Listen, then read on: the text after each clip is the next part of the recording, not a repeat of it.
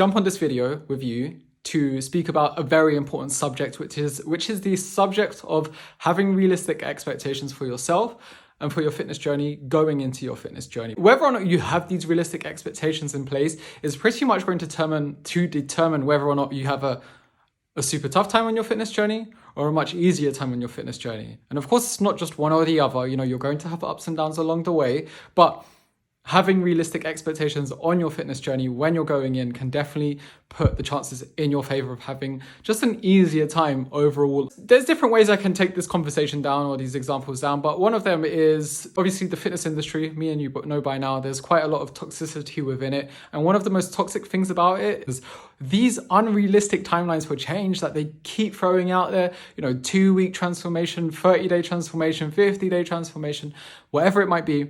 Because not only is it nonsense, first of all, and I know you hearing me say this, I know you're like, yeah, I know that's nonsense already, I know that. The thing is, I have no doubt that even with you knowing that it's nonsense, that, 2-week, 30-day, 50-day transformations, they're not sustainable, I still have no doubt in my mind that the fitness industry, always having shoved that in our face over the course of our lifetime, has still impacted what we perceive as a realistic timeline for change, whether we realize it or not. So this is one of my golden bits of advice, one of my best tips is I always want to tell you, whatever outcome it is you want, assume it's going to take 6 to 12 months. It doesn't matter if it is going to take 6 to 12 months. I don't care. That's not what's important. Just tell yourself, even better, tell yourself it's going to take 1 year. It doesn't matter if it will actually take a year. Of course, that's what, a lot of factors will come into whether or not it actually takes a year, with your starting point and your consistency levels probably being the two most important things.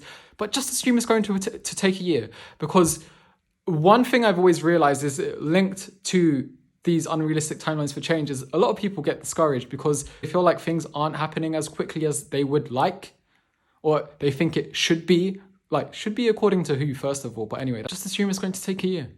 And like that, you're not going to put so much pressure on yourself as to how quickly you think things should be happening, but you're going to be instead more focused on the consistent and sustainable behaviors that are going to get you there.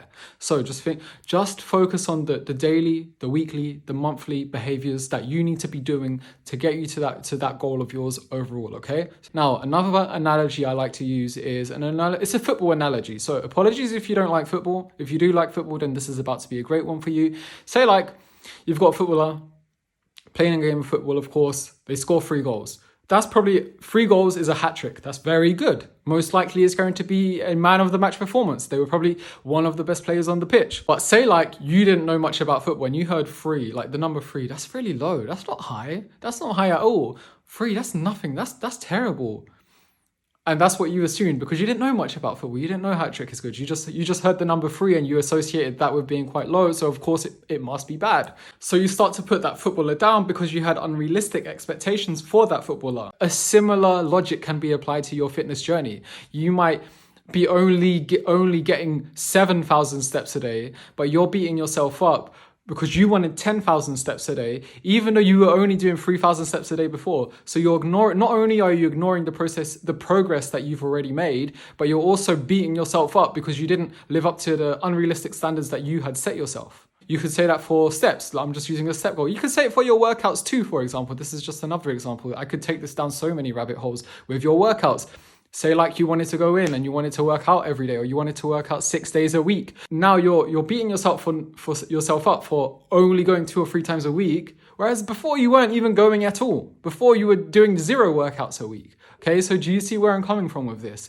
So overall, to draw full circle, because I don't want this video to go on for too long, don't get disheartened, don't get upset if you feel like 2 weeks in, 1 month in, 6 weeks in, 8 weeks in, things aren't happening quickly enough. That's not how it works. You have to remember as well. Most people, potentially you included, you have to remember, how long have we perhaps been ignoring our health? Maybe we didn't have very healthy habits in place. We were probably ignoring our health for quite a while. Maybe it could be months, it could be years, it could be decades in some cases. And with that in mind, you're not going to just get results in 2 months all of a sudden, okay? Just assume it's going to take a year. Focus on those daily, weekly, and monthly behaviors. And eventually you will get to where you want to be. That's a promise, okay? Like I said, we're going to do something special. The most important thing is your consistency, you're honest with yourself and obviously you communicate with me throughout. Remember, habit forming is sometimes that's going to take a while. The first few habits you try might not be the ones for you, but as long as you keep doing your best, you will figure out something that works, and I'll be there to help you figure that out, okay? Take care. I'll see you around. Any questions on the back of this, let me know.